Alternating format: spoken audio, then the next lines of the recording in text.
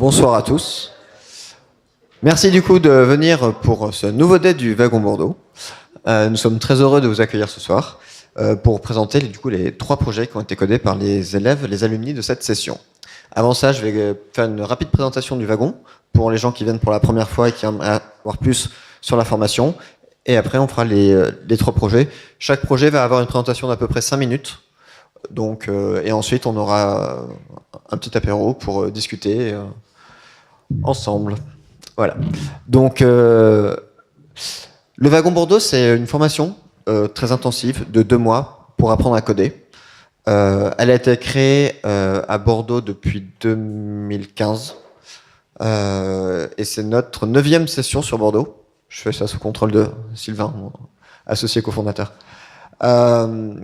Du coup, l'idée du wagon, c'est d'apporter un savoir-faire technique à des esprits créatifs. Il y a plein de gens qui veulent entreprendre, mais qui n'ont pas les compétences techniques pour. Et du coup, ils avaient besoin d'apprendre à coder pour pouvoir entreprendre. Il y a aussi des gens qui veulent devenir développeurs et des gens qui ne veulent pas forcément entreprendre, pas forcément devenir développeurs, mais qui se retrouvent dans leur métier au quotidien, à devoir collaborer avec des équipes techniques et qui ont besoin d'avoir des compétences tech pour mieux faire leur travail. Et donc tous ces gens-là, c'est des gens qui viennent pour faire le wagon. L'idée, c'est d'apporter un savoir-faire technique à des esprits créatifs. Par des esprits créatifs, on ne veut pas tellement dire des designers, même si des designers font le wagon, c'est des créateurs d'idées, des créateurs de projets, des gens qui veulent réaliser des choses. Aujourd'hui, il y a plus de 500 produits qui ont été faits par le wagon. Alors cette slide n'est pas totalement à jour, on s'approche plutôt des 800. Les startups qui ont fait le wagon ont levé plus de 15 millions d'euros à ce jour. Ces 10-là ont levé entre 500 000 et 3 millions d'euros. Je vais vous donner quelques exemples de gens qui ont fait le wagon pour que vous compreniez un peu le type de profil que l'on a dans les alumni qui font le wagon. Jérémy, il avait fait le wagon Bordeaux l'été dernier. Et il a fait une école de commerce et depuis, il est gros hacker. Gros hacker, alors lui, il va définir ça comme un pirate du web. Pour faire court, c'est un métier où on se retrouve à devoir utiliser faire des petits scripts, savoir un petit peu coder pour automatiser des process, pour sourcer des prospects pour les donner à ses clients. Voilà. Typiquement un profil que l'on peut faire après le wagon. Olivier, il a levé 1,2 million d'euros avec son projet qui s'appelle Kudos, un espèce de Tinder pour les demandeurs d'emploi, pour trouver du boulot. Hein. Et depuis, il a revendu sa boîte au Bon Coin. Cet autre Olivier, il avait fait une autre école de commerce qui s'appelle l'ESSEC, et depuis, il travaille chez Stripe. C'est une espèce, si on vulgarise, une espèce de PayPal, c'est une boîte qui permet de faire du paiement en ligne, qui est très pratique pour l'implémenter sur des sites web. Voilà. Ronan, c'est un autre profil qui n'est pas là ce soir. C'est un profil intéressant parce que depuis le début, on a vu des gens qui étaient quand même très diplômés. Ronan, il avait pas le bac au moment de faire le wagon. Et maintenant, il est développeur en CDI chez Barchan, une société sur Bordeaux. Et c'est intéressant parce que la session où il était là avec un autre élève qui est là. François, il est là? Non. Bref, il était là avec un autre élève et c'était les 2 meilleurs élèves étaient Ronan et l'autre élève qui était ingénieur.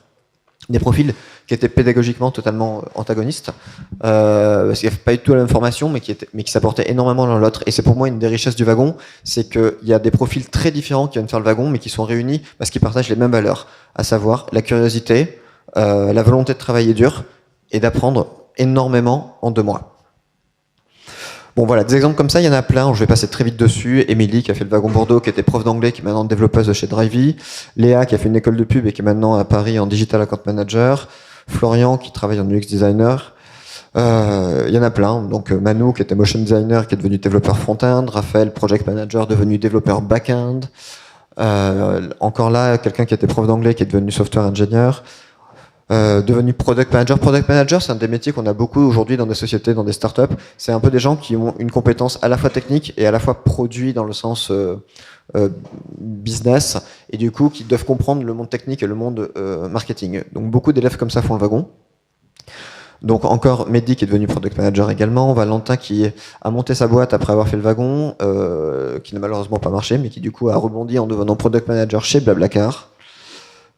Kitri qui a levé 500 000 euros avec sa boîte Skello, Antoine qui a levé 1 million d'euros avec Medgo, Ilias qui a levé 1 million d'euros avec Destigo, Karine et Alice qui ont fondé une agence web qui s'appelle le Poulpe, Poulpe, qui alors qu'à la base Alice venait du milieu de l'édition et Karine était graphiste, donc voilà, qui maintenant sont toutes les 2 développeuses. Voilà, des exemples comme ça, il y en a plein.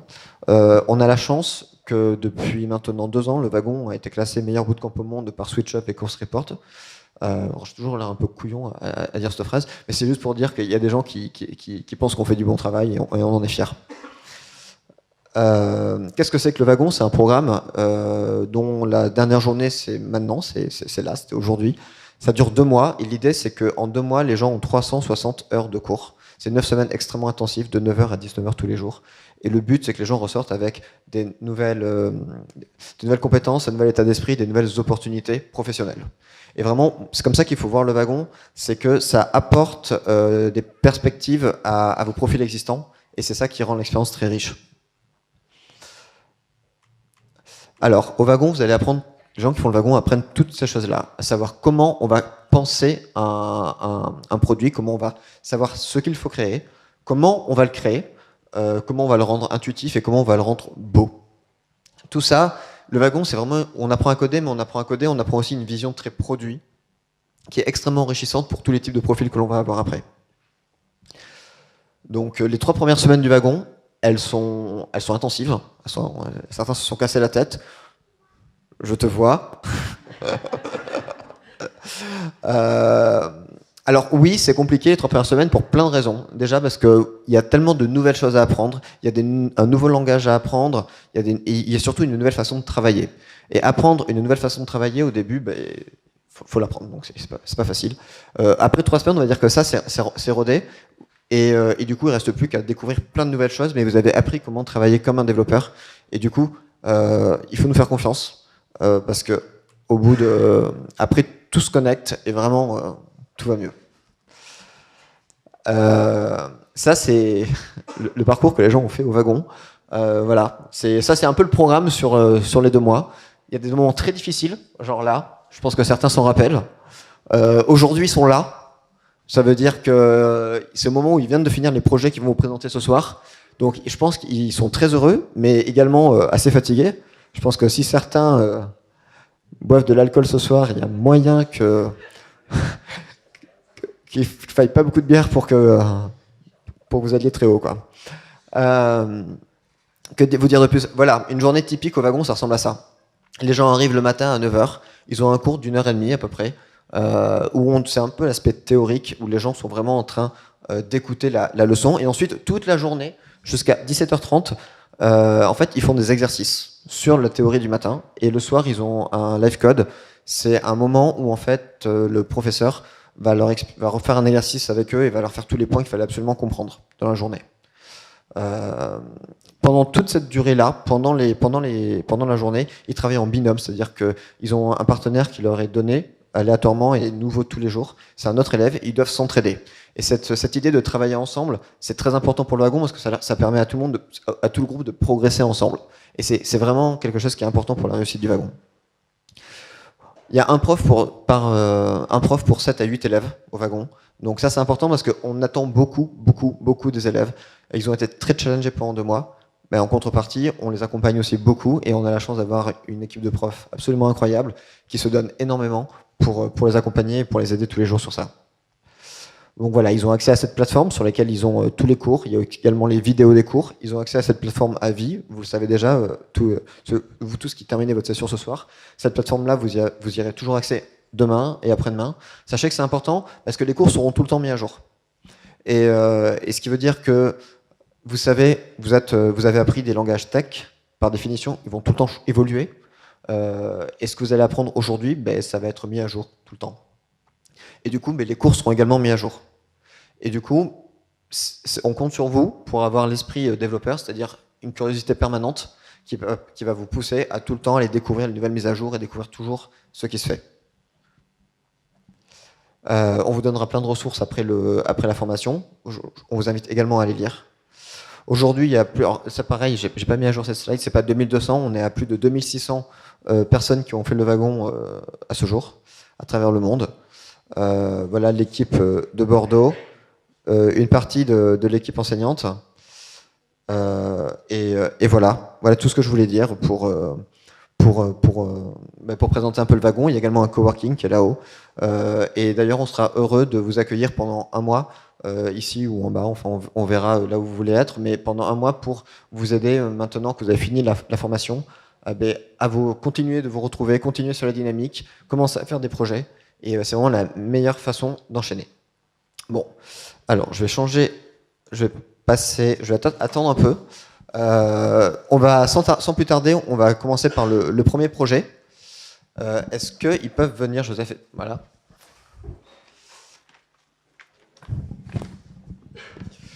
Donc maintenant, on va commencer par le premier projet qui s'appelle Bookmate, donc, qui va être présenté par Joseph et Damien. Joseph, qui était un profil universitaire, qui souhaitait apprendre à coder pour partir à l'étranger. Et Damien, qui est un passionné d'informatique, qui a toujours souhaité devenir développeur. Et du coup, maintenant, l'idée, c'était de t'apporter les bases sur ça. Donc, on va faire le switch. Ok. Bon, mon équipe et moi, nous sommes présents ici ce soir pour vous présenter notre projet Bookmate que nous avons développé. Bon, ce soir, c'est la fin du wagon, 2 mois vraiment intenses de programmation. Et bon, moi, j'ai envie de me dégourdir les jambes, me libérer l'esprit. Donc, je vais faire un tour sur Bookmate. Qu'est-ce que Bookmate?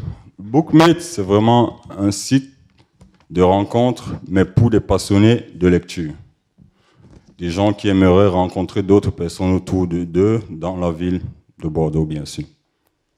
Donc, lorsqu'on arrive sur la page d'accueil de Bookmate, d'entrée de jeu, nous avons une liste de livres qui appartiennent bien aux utilisateurs, aux abonnés de la plateforme. Les livres les plus lus, bien sûr. Moi, je suis un lecteur, donc je vais faire une recherche sur mes livres préférés. Je vais chercher La Peste de Jacques Prévert, Le Misérable, que j'ai bien aimé, Le Petit Prince et Twilight, parce que le film est vraiment génial.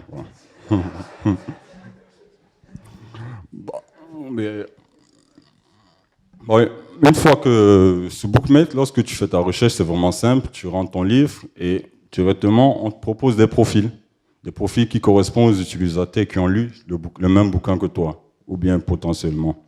Donc, on va cliquer dessus. Ah, bon, là, il faut se loguer, c'est normal.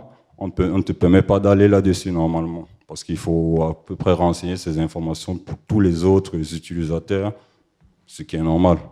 On va se loguer. Et comme vous pouvez le voir derrière, il y a déjà des profils qui sont floutés. Ça veut dire que on a bien rencontré des profils qui correspondent bien à ma recherche. Ah. Ben voilà, moi je vais cliquer sur le premier profil.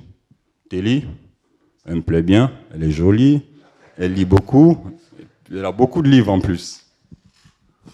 Bon, Telly a des bouquins que j'ai lus, mais que j'ai pas lus. Et ceux que j'ai pas lus, c'est ceux que vous voyez derrière avec la petite croix. Donc je peux les ajouter.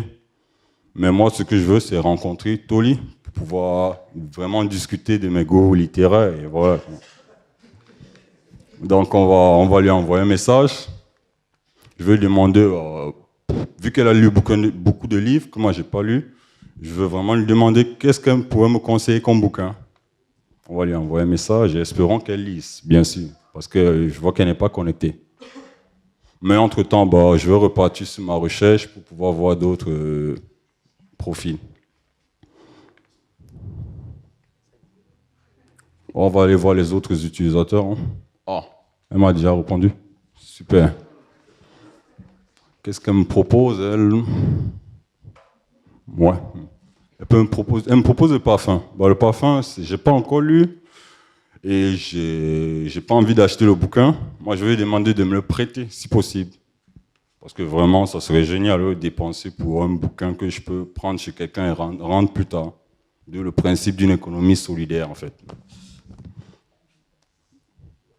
Non, elle m'a toujours pas répondu. Qu'est-ce qu'elle fait? Je sais pas. Ah si, je peux te le prêter. Excusez-moi. Je suis plutôt concentré sur vous, on va dire. Oui, je veux bien que tu me le prêtes et j'aimerais obtenir un rendez-vous pour ce soir. Parce qu'après le wagon, on va décuver, quoi. Ouais, j'arrive. Nous sommes à Médoc. On va lui donner rendez-vous au Chatron, si possible.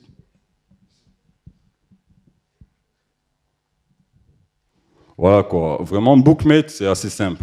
Tu choisis, tu rentres ton livre préféré et on te propose des utilisateurs. Tu peux les rencontrer, faire parler des heures si vous voulez, échanger autour d'un café. Allez, bah, je vais devoir vous laisser, j'ai un rendez-vous. Merci beaucoup.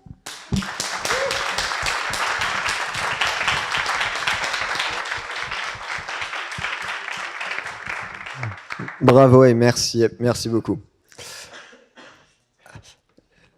L'équipe suivante, vous venez? Ok, alors, du coup, juste pour la petite explication, tiens.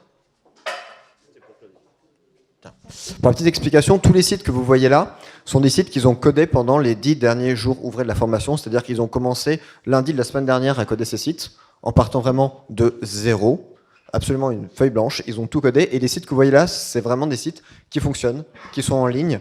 Là, en l'occurrence, Tilly, elle était vraiment connectée, elle était vraiment en train de répondre. Bon, en vrai, c'était Tilly avec quelques poils au menton. Voilà. Mais il y avait une vraie interaction.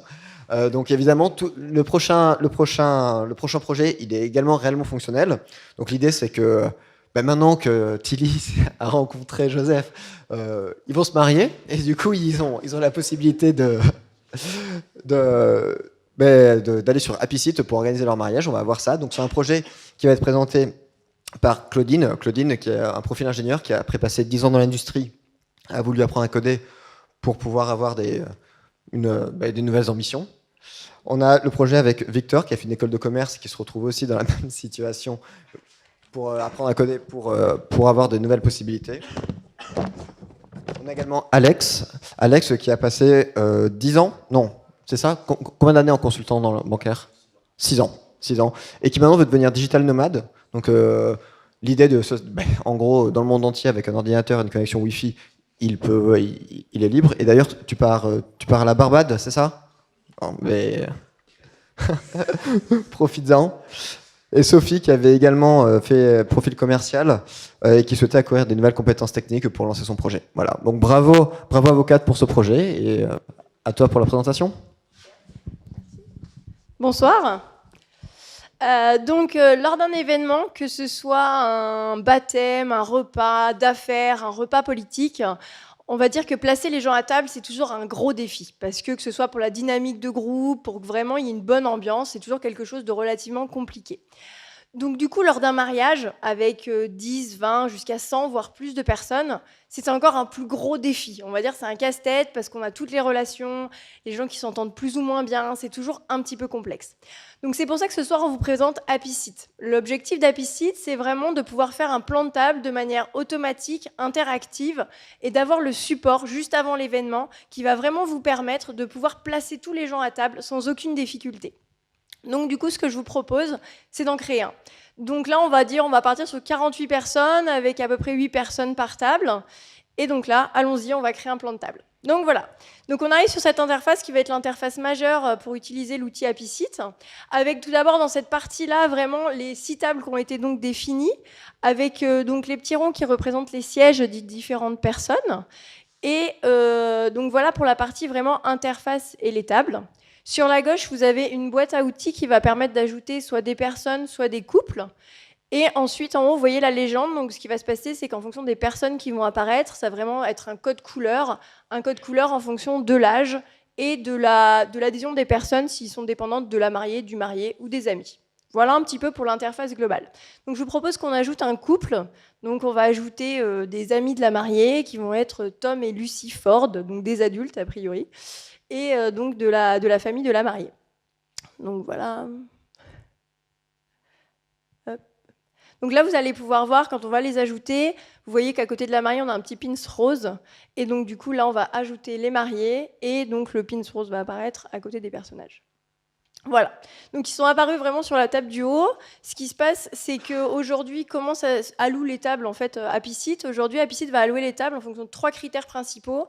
Dans un premier temps, en fonction des relations conflictuelles, donc on va pouvoir définir, on a tous une tata qui met pas son tonton et du coup c'était un petit peu compliqué.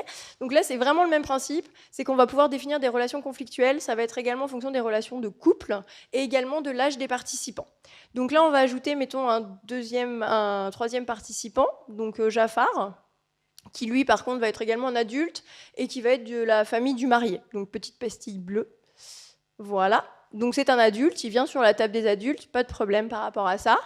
Et là, on va vouloir vraiment regarder le profil de Jafar. On va aller voir le profil de Jafar en double-cliquant donc, sur le petit icône. Et là, donc, on peut voir qu'il y a à la fois donc, le détail du profil. Est-ce qu'il a des relations définies? Est-ce qu'il est en couple? Est-ce qu'il déteste quelqu'un ou pas? Et là, justement, on va le définir parce que Jafar, il aime pas trop Lucy Ford, ça passe pas très bien. Et donc, du coup, on va vraiment lui définir une relation conflictuelle pour dire c'est pas possible, ils peuvent pas être à la même table. Donc, on y va, on lance. Et là, on voit le couple a bougé sur la table à droite. C'est pas possible, ils peuvent pas être à la même table. Sinon, ça se passera pas bien. Donc, voilà. Donc, pareil, on va ajouter Dora, qui est la fille de Tom et Lucy. Et on a failli l'oublier. Donc, voilà, Dora arrive. Et donc voilà, hop, elle vient aussi de la famille de la mariée. Et là, elle va s'ajouter, comme c'est une enfant, on va créer une table enfant, c'est normal, elle a 8 ans, on va la mettre là, comme ça, on va vraiment créer une table Disney qui va vraiment définir les enfants. La prochaine fois qu'on ajoutera un enfant, il viendra se mettre à cette table-là. Donc voilà un petit peu pour ajouter des participants.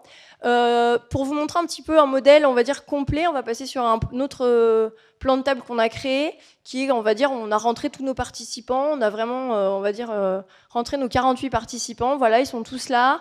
Le plan de table est quand même déjà bien abouti. Et donc là, il nous reste encore 2 personnes dans la guest drop zone. Donc vous la voyez depuis le début. Cette zone, c'est vraiment une zone, on va dire, d'attente, parce qu'on ne savait pas vraiment où mettre ces 2 personnes. Et donc là, on va prendre Adam Darcy, qui est vraiment une personne, voilà, je pense que la place qui est là, c'est la dernière qui me reste. Ça va être vraiment la place que je veux lui allouer, parce qu'à cette table tulipe, ça va bien. Donc voilà, je vais pouvoir également inverser parce qu'aujourd'hui, je pense que Yves, il est sur la table tulipe, mais avec les autres personnes, je ne suis pas convaincue. Donc je vais l'échanger avec Zoé qui est à cette table pour vraiment inverser les deux. Hop, voilà, donc j'ai inversé. Là, je pense que mon plan de table est terminé. Je vais pouvoir le finaliser donc en allant dans Finalize. Et là, vraiment, j'arrive au point, on va dire, mon plan de table est abouti. J'ai envie d'aller de l'avant, le mariage approche, donc il va falloir que je m'organise. Donc je vais aller imprimer en PDF mon plan de table pour vraiment la veille du mariage, pour pouvoir m'organiser, pouvoir, on va dire, savoir sur quelle table qui va aller où, avoir l'organisation. Et là, je vais vraiment avoir en fonction de mes sièges ce que j'ai défini, comment m'organiser dans un premier temps. Je vais pouvoir également extraire en Excel la liste de tous mes participants si je veux m'en servir pour éditer mes plans de table, pour éditer mes faire-part ou autres. Et je vais pouvoir également avoir le PDF pour imprimer ma déco et l'envoyer à mon imprimeur. Donc pouvoir avoir des porte-noms, les menus, les tables. Je vais pouvoir intégralement donner ça à mon imprimeur pour qu'il puisse lancer l'impression, vu que je sais exactement où vont être les participants. Donc voilà, grâce à Picit, chacun a pu avoir la meilleure place et on a pu avoir vraiment un plan de table optimisé vis-à-vis des attentes de chacun. Merci.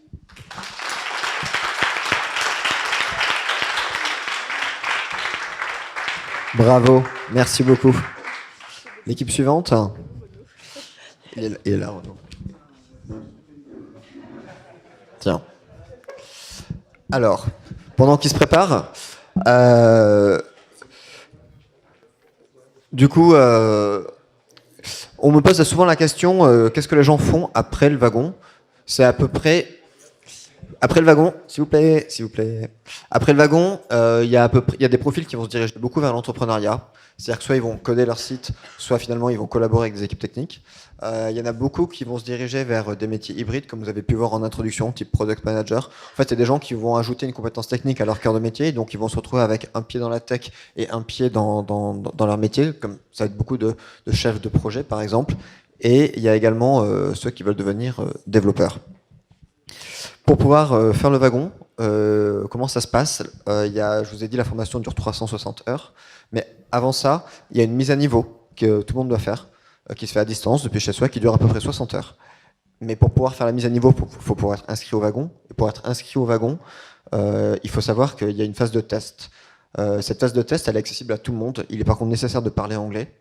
Et en fait, la phase de test, ça consiste à faire des exercices et des leçons pour apprendre des bases, une petite initiation dans le langage Ruby, qui est le langage de base que l'on fait au wagon. On va continuer dans notre story. Donc, ils se sont rencontrés avec les livres grâce au projet de Joseph et Damien. Maintenant, il y a eu le plan de mariage. Et puis, du coup, maintenant, il faut préparer à manger. C'est ça? C'est ça. Donc, on va avoir 4 personnes qui nous ont préparé le projet. Donc, on va avoir Renaud qui va nous présenter. Bonsoir. Renaud qui, après des années dans l'aéronautique, a décidé de changer de carrière et de se reconvertir. On a Max qui est passionné par les crypto-monnaies, qui voulait devenir développeur. Alix, bah, c'est vrai, non? Voilà. Alix qui a fait des études dans le marketing digital et qui souhaitait justement aller plus loin dans l'aspect technique pour pouvoir être justement la meilleure possible dans le cœur de métier qui est le marketing digital. Et Corentin, qui est notre premier opticien, voilà, il en faut, qui est pareil, reconversion, parce que maintenant tu as envie de faire du développement. Voilà, bon, mais je vous laisse la parole. Merci. Donc bonsoir à tous et à toutes. Donc j'étais un petit peu spoilé, puisqu'en fait je voulais dire qu'effectivement après vous êtes rencontrés, vous avez passé un bon mariage et maintenant il va falloir se faire à manger ensemble. Alors vous avez tous, j'imagine, déjà cherché des recettes sur Internet. Eh bien, vous n'êtes pas les seuls, moi aussi, et il y a quelque chose qui me manque sur Internet. En fait, je trouve que ça manque d'interactivité, on est un petit peu seul face à sa recette. Et en plus, des fois, quand je trouve des recettes qui me plaisent bien, j'aimerais bien pouvoir les garder, parce que je les modifie aussi. Enfin, quand vous avez une recette sur Internet, généralement, vous rajoutez un petit peu de persil, machin. Bon, vous souhaitez les modifier, j'aimerais bien les garder, mettre tout ça dans un bouquin, et puis on va voir un petit peu ça. Donc, il y a le site Recipes qui va me permettre de faire toutes ces choses. Donc Recipes, quand vous arrivez sur le site, on vous propose de chercher une recette, un petit peu comme tous les sites de recettes. Quand on descend un petit peu en dessous, là, je vois qu'il y a quelque chose qui est déjà différent. On a des recettes qui nous sont proposées, mais je vois qu'il y a des utilisateurs, c'est-à-dire des personnes qui ont posté ces recettes. C'est plus quelque chose qui est anonyme, c'est vraiment quelque chose qui est personnalisé. Et d'ailleurs, on voit qu'on a ici les chefs de la semaine. Alors, comme je suis un utilisateur assez régulier de Recipes, il y a les recettes de Piémot qui me plaisent particulièrement. Donc, on va aller voir un petit peu le profil de Piémot. Alors, Piémot, il a des bonnes petites choses. Il a des macarons, il a des financiers, et on va aller regarder un petit peu son filet de porc japonais au thé. Donc, qu'est-ce qu'on remarque? On a une jolie petite photo qui est quand même très appétissante. En haut, je retrouve bien la photo donc, de Piémot, des ingrédients et des étapes, et en dessous, je vois qu'il y a une possibilité de mettre des commentaires. Donc, il y a vraiment quelque chose qui est interactif. C'est pas une recette avec rien derrière, il y a bien un être humain qui est caché derrière, et que vous pouvez aller voir. Maintenant, si je vais voir, je retourne sur le profil de Piémot, il y a une recette en particulier qui me tient à cœur, c'est les lasagnes. Alors les lasagnes, au-delà du fait que la photo qu'il a mis est absolument très moche, ces lasagnes-là, moi je les aime bien, je fais régulièrement cette recette, et en plus, comme je suis un bon cuisinier, je l'améliore. Donc Recipes va me permettre quelque chose de très particulier, il va me permettre de pouvoir enregistrer cette recette et la modifier. Donc j'ai un bouton enregistrer sur cette recette, et vous remarquez qu'à partir du moment où j'ai appuyé dessus, la photo là a changé, maintenant c'est mon profil à moi qui est là. C'est-à-dire que cette recette, je l'ai copiée, elle est à moi maintenant, d'ailleurs on voit qu'elle est inspirée de la recette, donc je peux retourner voir la recette originale. Et cette recette, comme je la fais régulièrement, je voudrais bien un petit peu la modifier, puis la photo, elle n'est pas très jolie. Donc je vais pouvoir modifier cette recette, mettre une autre photo, parce que c'est vrai que moi, quand je cuisine, je fais des belles photos de mes petits plats, alors que là, elle n'était pas terrible.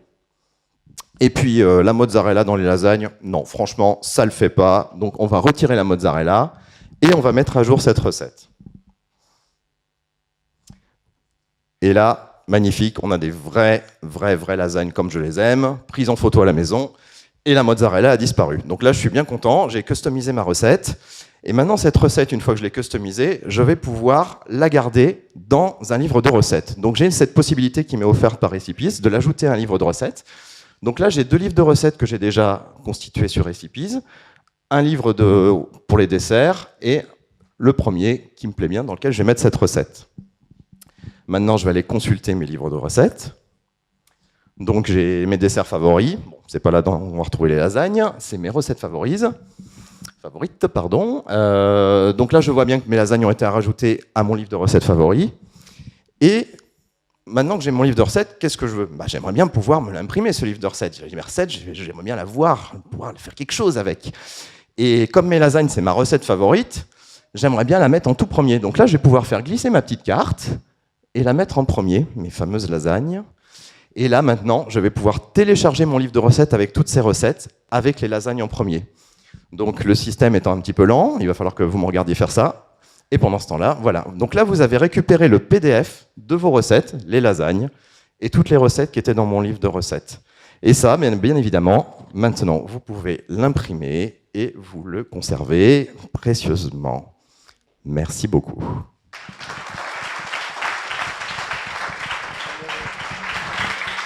Encore bravo à vous.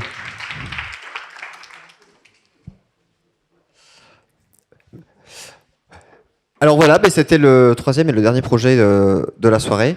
Quelques petites informations supplémentaires. La prochaine session a lieu le 2 avril. Donc pour ceux que ça intéresse, venez nous voir là pendant l'échange que l'on va avoir maintenant autour d'un verre. Et puis juste un dernier mot deux derniers mots. Le premier, c'est que on tient vraiment beaucoup à remercier les merveilleux stagiaires qu'on a eu pendant cette session, parce qu'ils ont fait un super travail et que il faut se dire qu'il y a 2 mois, ils savaient pas du tout rien faire de tout ça. Et quand on voit tout ce qu'ils ont appris en 2 mois, on peut vraiment être fier d'eux parce que c'est un très très très beau travail. Et encore bravo à vous. Et le dernier point, c'est que tout ça ne serait pas possible sans les super professeurs que j'ai mentionnés tout à l'heure. Mais j'aimerais que toute l'équipe pédagogique vienne devant. Allez Jojo, pose la bière et viens. Tous les profs assistants, est-ce que vous pourriez venir s'il vous plaît?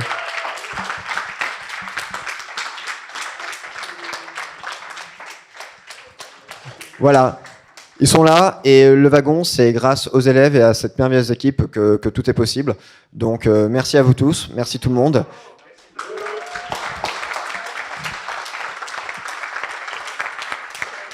Et puis maintenant, profitons de quelques boissons fraîches. Merci encore.